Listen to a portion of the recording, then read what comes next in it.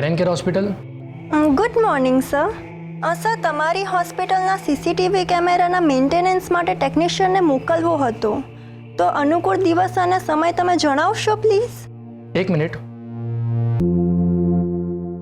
આવતીકાલે બપોરે લંચ ટાઈમમાં મોકલજો, 1 વાગ્યાની આસપાસ. ઓકે સર, અમારો રિપ્રેઝેન્ટેટિવ આવતીકાલે 1 વાગે આવી જશે. Have a good day sir. Thank you.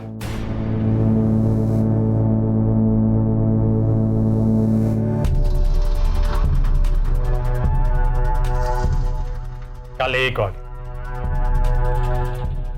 આકાશ, કાલે 1 વાગે હોસ્પિટલના બધા જ કેમેરા ડિસેબલ થઈ જવા જોઈએ. થઈ જશે ને? સર, કેદાર સરની પોસ્ટિંગ અમદાવાદમાં હતી ત્યારે અમે અચાનક એક પબ્લિક ફંક્શનમાં મળી ગયા હતા. એમને મારા કામ વિશે ખબર પડી અને એમણે મને એક પ્રશ્ન પૂછ્યો હતો કે દેશ માટે કામ કરીશ. મેં ત્યારે ફક્ત એટલું જ કહ્યું હતું કે તમે સર કામ બોલો. ગુડ. હાલે, કાલે 1 વાગે બધા જ કેમેરા ડિસેબલ્ડ. સર, દેશનું કામ છે. ગુડ.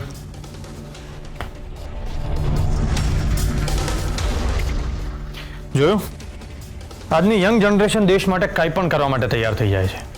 આવા જ લોકોના લીધે તો આપણે ગુનેગાર સુધી પહોંચી શકીએ છીએ.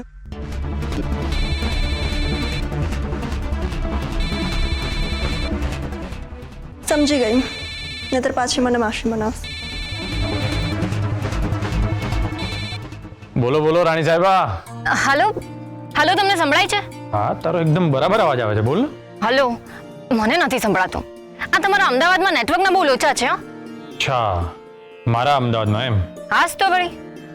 અચ્છા, એ બધું જવા દો. તમે અત્યારે બિઝી છો? ના ના, જરાય નહીં. બોલ. ઓહો, તમે બિઝી નથી એમ? આ તો જાણે સેલ્સમેનને ઇન્સેન્ટિવ મળી ગયું હોય ને એવું લાગે છે. વાહ, તે મને ટોન્ટ પણ માર્યો અને મને હર્ટ પણ ના થયું. તો આજકાલની ઇન્ટેલિજન્ટ છોકરી જેવી થઈ ગઈ છે. ઓહો, હલો, હું ઇન્ટેલિજન્ટ જ છું. હા હા, ચાલો બોલ, કેમ ફોન કર્યો? અરે હા, મારે તમને એક તબલાતોડ વાત કરવાની છે. ગેસ કરો, હું આજે શું કરવાની છું? તું આજે હા, તું છે ને આજે કોઈ ગુનેગારને ગેરકાયદેસર રીતે ગુનો કબૂલ કરાવીશ અને જ્યારે મહેશ્વરીને એની ખબર પડશે ને ત્યારે એ તને ડબલ ડ્યુટીની સજા સોંપશે. અરે મેડમ તો મને જોતાની સાથે જ ડબલ ડ્યુટી એની માળા જપવા લાગે છે. બસ ફરક એટલો જ છે કે એમના હાથમાં માળા નથી હોતી. એમાં નવું શું છે? બીજું ગેસ કરો. બીજું તો કોઈ આઈડિયા નથી, તું કહી દે ને. હું તમને એક હિન્ટ આપું? હા, તો હું એવું કંઈક કરવાની છું જેના કારણે તમને મારા ઉપર બહુ જ ગર્વ થશે. હર્ષ, આજે કેસરે બધું જ તારું ભાવતું જમવાનું બનાવ્યું છે. અર્જુનભાઈ, આજે તમારા માટે ખીર બનાવવાનું કહ્યું છે. દવાના લીધે તમારું મોઢું કડવું થઈ ગયું હશે ને? ગિરીશ, ગિરીશ, ખીર બની જાય તો લઈ આવજે. અર્જુન, વેદિકા બહુને આજકાલ તમારી બહુ જ ચિંતા થઈ રહી છે નહીં? હાસ તો વળી.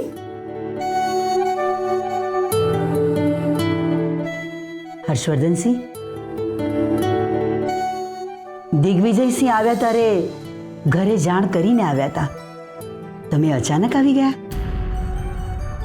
મારે મારી પત્નીને સરપ્રાઈઝ આપવી હતી એટલે મેં કોઈને જાણ ના કરી. કેમ, કોઈ ભૂલ થઈ મારાથી અમરબા? ના, ભૂલ થઈ એવું બોલવાનો અમારો સુરત નહોતો. એનીવે, આ તો આપણી વચ્ચે કોમ્યુનિકેશન થાય એટલે વાતની શરૂઆત કરી અમે. તમે આવ્યા તે સારું જ કર્યું છે. બધાને ખુશી થઈ ગઈ. બેબી ખુશ થયા, કેસર ખુશ થયા, અર્જુનના ચહેરા પર સ્માઇલ આવી ગઈ. હર્ષવર્ધનસિંહ, તમારા આવવાથી બધાને ખુશી થઈ છે. હર્ષવર્ધનના આવવાથી અમને પણ ખુશી થઈ છે બા.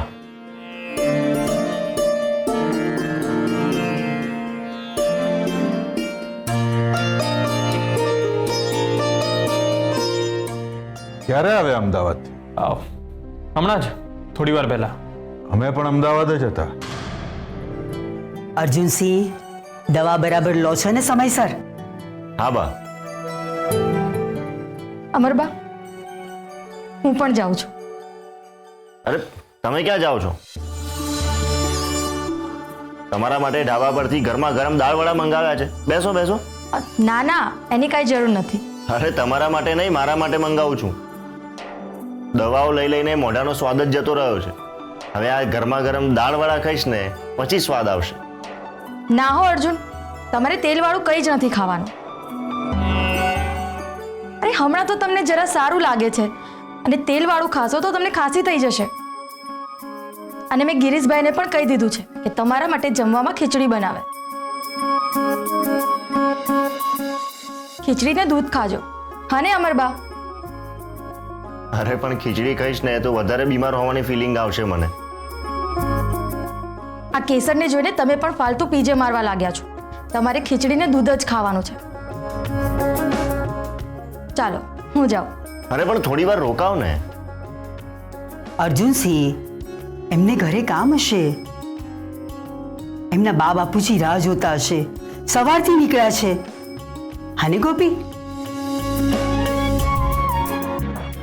સાંજ થઈ ગઈ, જતા જતા રાત થશે. ચાલો ગોપી, હું તમને બહાર સુધી મૂકી જાઉં. ના ના, હું જતી રહીશ. અરે ડોન્ટ બી ફોર્મલ. ચાલો.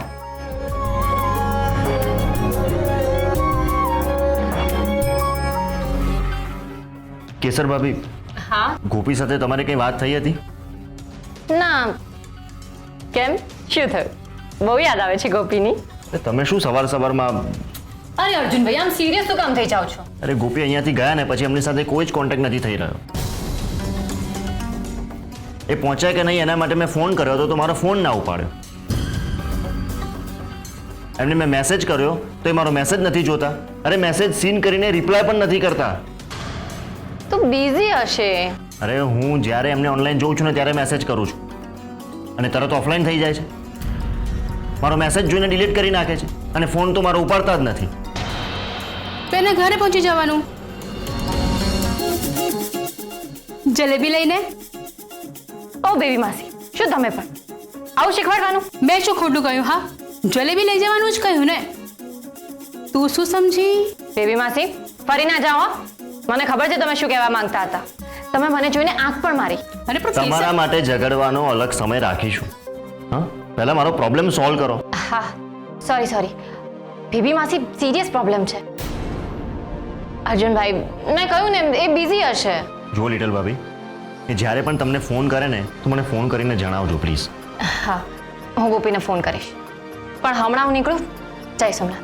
જય સોમનાથ. જય સોમનાથ. જય સોમનાથ.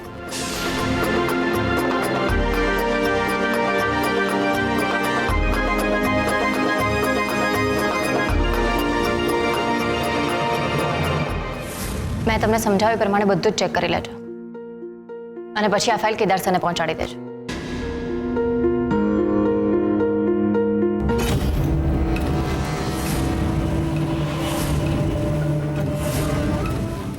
દિગ્વિજયભાઈ, તમે? મહેશ્વરી મેડમ સાથે તો ઘર જેવા સંબંધ છે ને? ભૂલી ગઈ હતી. તમને કોઈ પ્રોબ્લેમ? અરે ના, હતું હશે. પણ હા, જ્યારે તમે આવી રીતે મહેશ્વરી મેડમને મળવા આવો છો ને ત્યારે ઘરમાં બે વ્યક્તિઓને બહુ પ્રોબ્લેમ થાય છે. અમારી દુનિયા તમારા અને હર્ષવર્ધન પૂરતી સીમિત નથી. મારે બીજા ઘણા કામ હોઈ શકે.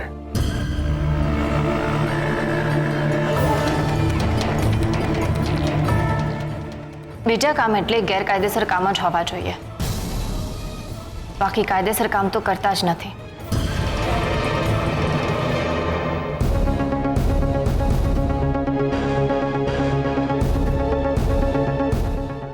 હર્ષ, મારે તને એક વાત કહેવી છે.